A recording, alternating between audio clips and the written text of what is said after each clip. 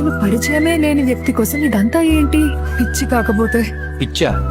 అభిమానం అండి బాబు. నా కథకి ఆయనే హీరో. నేను కష్టాల్లో ఉన్నప్పుడు, నేను జైల్లో ఉన్నప్పుడు మీరు పోరాడిన విధానం నా జీవితంలో ఎప్పుడూ మర్చిపోలేదు.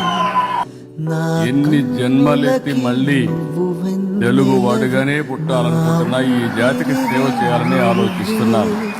నువ్వే కదా, నువ్వే కదా సితార నా కలకి.